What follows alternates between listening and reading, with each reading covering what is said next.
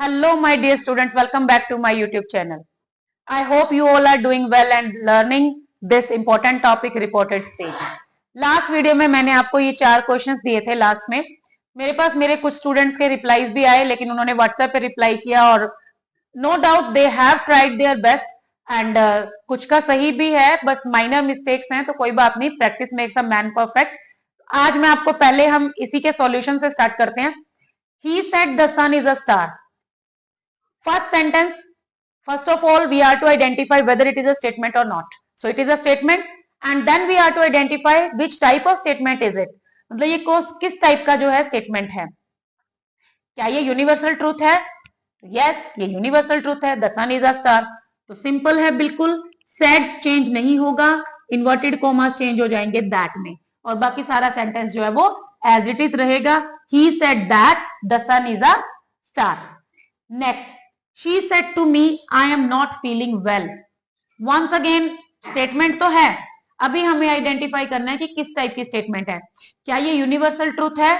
No, this is not universal truth. क्या ये किसी की हैबिट या रूटीन है? नो, हैबिट रूटीन भी नहीं है. क्या यहाँ पे सेज या विल से आया है? वो भी नहीं आया है. तो दैट मीन्स कि ये सिंपल स्टेटमेंट है और इसमें सभी के सभी जो चेंजेस हैं वो अप्लाई होंगे. सो सेड टू किस में चेंज हो जाएगा? टोल्ड में. इन्वर्टेड कॉमास किस में चेंज हो जाएंगे? दैट में. आई फर्स्ट पर्सन है, change according to subject. Is am are change into was were. Not feeling well. So answer क्या होगा? She told me that she was not feeling well. Simple. Okay, I hope आप सबका correct होगा. Next, third, he said to me what are you planning for. so question है, he said to me what are you planning for. अब जब question है तो said to किस में चेंज होगा? asked में. क्या हम इन्वर्टेड कॉमास की जगह पे if लगाएंगे या नहीं? नहीं लगाएंगे, क्योंकि ये what से स्टार्ट हो रहा है, तो कुछ नहीं आएगा. what, फिर you और are, इनको हम एक्सचेंज करके चेंज करेंगे. So you second person change according to me, it will convert into I. is them are change into was were. so what I was planning for. I hope ये भी आप सबका correct होगा. Fourth, she said to me are you okay now. once again this is a question, are you okay now, but this question is beginning with the helping verb. helping verb से start हो रहा है, तो said to change into asked and commerce change into if. फिर वही same हम you को पहले चेंज करेंगे, आर को बाद में चेंज करेंगे. यू चेंज हो जाएगा आई में and is am are change into was. अब इसमें देखो एक एडवर्बियल भी आया है, now change into then. So answer क्या होगा? She asked me if I was okay then. ठीक है, सबके आई होप ये भी आपका आंसर करेक्ट होगा. अगर नहीं भी है तो कोई बात नहीं, आप थोड़ा प्रैक्टिस कीजिए, आपको जो है और ज्यादा क्लियर हो जाएगा. अभी मैं आपको एक क्वेश्चन और करवाऊंगी, मतलब एक टाइप का इंटेरोगेटिव और सिखाऊंगी, जो कि वंस अगेन थोड़ा डिफिकल्ट जरूर है, लेकिन बहुत इंपॉर्टेंट भी है.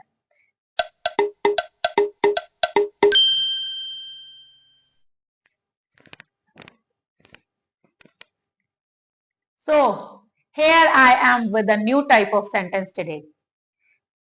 Read the sentence carefully. She said to me, do you like sweets? इसमें नया क्या है? ये भी तो क्वेश्चन ही है ना? आपको यही लग रहा होगा कि ये भी तो क्वेश्चन ही है, इसमें नया क्या है? यस, इसमें कुछ तो नया है. Do you like sweets question है, नो प्रॉब्लम. हेल्पिंग वर्ब से स्टार्ट हो रहा है, नो इशू, लेकिन इसको चेंज करने का जो थोड़ा पैटर्न है वो डिफरेंट है. ठीक है. She said to me do you like sweets. आज मैं आपको ये सिखाऊंगी कि इस टाइप के क्वेश्चन को कैसे चेंज करते हैं. फर्स्ट ऑफ ऑल क्वेश्चन है तो said to change into asked. She asked me. अभी हेल्पिंग वर्ब से स्टार्ट हो रहा है तो inverted commas change into if. लेकिन यहीं पर ट्विस्ट है. क्या चेंज होना है वो मैं अभी आपको बता रही हूं. इस टाइप का जब क्वेश्चन होता है तो उसमें जो डू डज है वो डिड में चेंज नहीं होंगे। Okay, note down the point please. Do does will not change into did. Do जो है वो डिलीट हो जाएगा और इसका इंपैक्ट कहां पर जाएगा, इस लाइक पे। ठीक है, लाइक जो है वो चेंज हो जाएगा सेकंड फॉर्म में बिकॉज ऑफ डू, क्योंकि यहां पर डू है इसीलिए ये जो लाइक जो फॉर्म आई है वो सेकंड में चेंज हो जाएगी।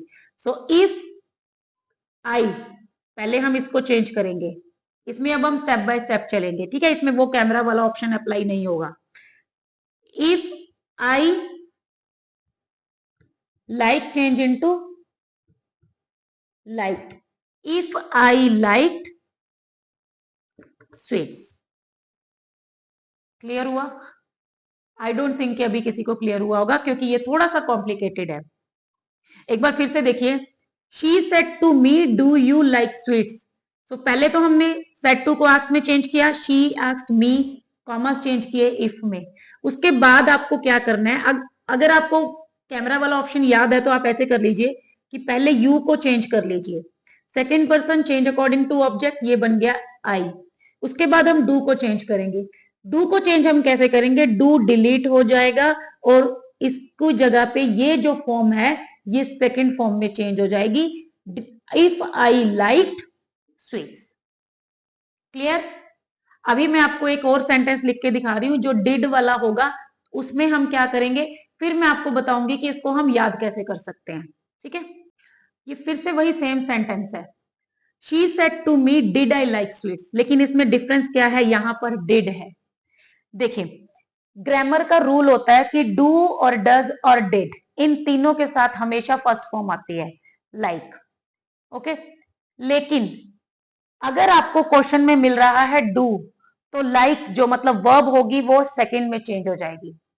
अगर आपको मिल रहा है डिड, तब जो फॉर्म होगी वो हैड प्लस थर्ड फॉर्म में चेंज हो जाएगी। और ये क्यों होगा ये मैं अभी आपको बताऊंगी, पहले हम इस सेंटेंस को सॉल्व करते हैं। She said to me, did I like sweets? Once again question है, so she asked me, helping verb से start हो रहा है, if। अब हम क्या करेंगे, यहां पर camera option, I is the first person, change according to subject, and what is the subject here? She. So if she, now अब हम इसको चेंज करेंगे, डिड। अब डिड में क्या होगा, डिड खुद डिलीट हो जाएगा और इसका इंपैक्ट कहां पे पड़ेगा, लाइक पे। और ये जो लाइक है वो किस में चेंज हो जाएगा, हैड प्लस थर्ड फॉर्म में। अगर यहां पर डू होता तो ये सेकंड फॉर्म में चेंज होता, लेकिन यहां पर डिड है तो ये हैड प्लस थर्ड फॉर्म में चेंज होगा। So if she had liked sweets, this is the correct answer. okay, अब मैं आपको बताऊंगी कि इसको हम सीखेंगे कैसे या हम इसको कैसे याद रखें कि कब जो फॉर्म है वो सेकंड में चेंज होगी और कब हैड प्लस थर्ड फॉर्म में चेंज हो जाएगी, हमें कैसे पता चलेगा। तो अभी मैं आपको वो बता रही हूं। देखिए, अकॉर्डिंग टू रूल, अगर हम टेंसेस के अकॉर्डिंग समझते हैं तो टेंसेस में क्या होता है, सिंपल प्रेजेंट जो होता है वो सिंपल पास्ट में चेंज हो जाता है, और सिंपल पास्ट जब होता है तो वो पास्ट परफेक्ट में चेंज हो जाता है। लेकिन अब जिनको टेंसेस में ही डाउट होता है या टेंसेस की फॉर्मेशन जिनको याद नहीं है, अब वो कैसे सीखेंगे इस चीज को, तो उनके लिए एक सिंपल सी ट्रिक है कि वो क्या करेंगे, डू और डिड को तो आप याद कर सकते हो कि डू कौन सी फॉर्म है, फर्स्ट फॉर्म, एंड डिड कौन सी फॉर्म है, सेकेंड फॉर्म। एंड टेंसेस जब हम चेंज करते हैं तो हमने सीखा था first form change into second form and second form change into had plus third form.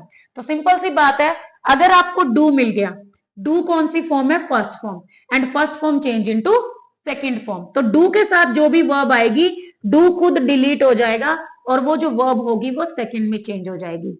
अब डिड कौन सी फॉर्म है, सेकेंड फॉर्म है।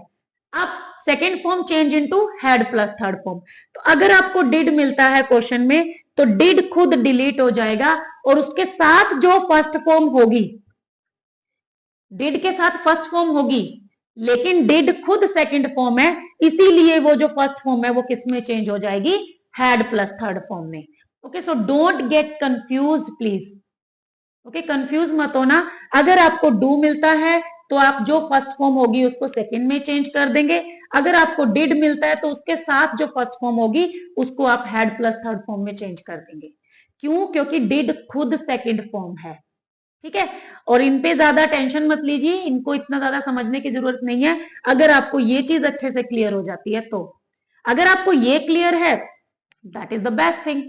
ठीक है, जिसको ये क्लियर है उसको तो टेंसेस भी आते हैं, दैट मीन्स अगर आपको टेंसेस नहीं आते so don't worry about reported speech. ये मत सोचना कि मुझे तो यही नहीं आता तो मैं ये कैसे सीखूंगा। बस आपको इतना याद रखना है कि first form change into second form, second form change into had plus third form. But अगर डिड है तो उसके साथ फर्स्ट ही होगी, लेकिन डिड खुद सेकंड फॉर्म है, इसीलिए वो हैड प्लस थर्ड हो जाएगी। ठीक है, अभी मैं फिर से एक सेंटेंस और लिख रही हूं, सेम डू में और डिड में दोनों हम चेंज करेंगे, फिर से एक बार क्लियर करेंगे कि कैसे चेंज होगा। ठीक है, so here are the two sentences, दोनों सेम है, लेकिन इसमें है डू यू हेल्प हिम और इसमें है डिड यू हेल्प हिम। ठीक है, तो इसीलिए दोनों का आंसर भी डिफरेंट होगा। आपको ये क्वेश्चन एमसीक्यू में अगर आ जाता है तो आप सिंपली ये देख लेना, अगर डू है तो आंसर में सेकंड फॉर्म में कन्वर्ट होगा दिस हेल्प, ये हेल्प जो है वो सेकंड फॉर्म में कन्वर्ट होगा। अगर क्वेश्चन में डिड है तो ये हेल्प जो है वो कन्वर्ट हो जाएगा हैड प्लस थर्ड फॉर्म में। ठीक है, आपको ध्यान से चूज करके जो है करेक्ट ऑप्शन फाइंड आउट करना है। So first of all question है तो शी आस्क्ड मी इफ, इतना सबको क्लियर हो गया होगा। मैं इसमें भी लिख देती हूं simple, she asked me if. अब आपको क्या करना है, पहले डू को हम चेंज नहीं करेंगे, पहले हम इस यू को चेंज करेंगे। Second person change according to object, if I. अब जो डू है वो डिलीट हो जाएगा और ये जो हेल्प है ये क्या बन जाएगा, सेकंड फॉर्म। क्योंकि डू खुद फर्स्ट फॉर्म है तो ये first form change into second form, ये क्या हो जाएगा, हेल्प। अब हिम कौन सा पर्सन है, third person, and third person doesn't change, so that means ये हिम का हिम रह जाएगा। सेम इसमें डिड अभी हम चेंज नहीं करेंगे, पहले हम यू को चेंज करेंगे, यू चेंज हो जाएगा आई में। अब ये जो डिड है ये डिलीट हो जाएगा और इसका इंपैक्ट इस हेल्प पे क्या पड़ेगा, क्योंकि ये खुद सेकंड फॉर्म है तो ये हैड प्लस थर्ड फॉर्म हो जाएगी। इफ आई हैड हेल्प और हिम थर्ड पर्सन है, नो चेंज हिम। ठीक है, तो इस तरह से आपको जो है डू और डिड वाले क्वेश्चंस करने हैं, और ये सच में बहुत इंपॉर्टेंट है क्योंकि क्वेश्चन पेपर जो होता है वो इस लेवल से सेट होता है कि थोड़ा बेसिक होता है जो हर बच्चा अटेम्प्ट कर पाए, थोड़ा एडवांस्ड होता है जो कि जो एक्स्ट्रा ऑर्डिनरी बच्चे हैं या ब्राइट लर्नर्स हैं वो कर पाए। तो ये जो है उस लेवल पे चला जाता है, थोड़ा हाई लेवल पे, लेकिन इतना भी वो नहीं है, मुश्किल नहीं है कि कोई सीख नहीं पाएगा। अगर आप ध्यान से ट्राई करोगे तो इजीली आपको ये समझ आ जाएगा, इजीली आप इस चीज को सीख पाएंगे। आई होप ये आपके लिए बहुत ही इंपॉर्टेंट रहा होगा और आपको अच्छे से क्लियर भी हो गया होगा।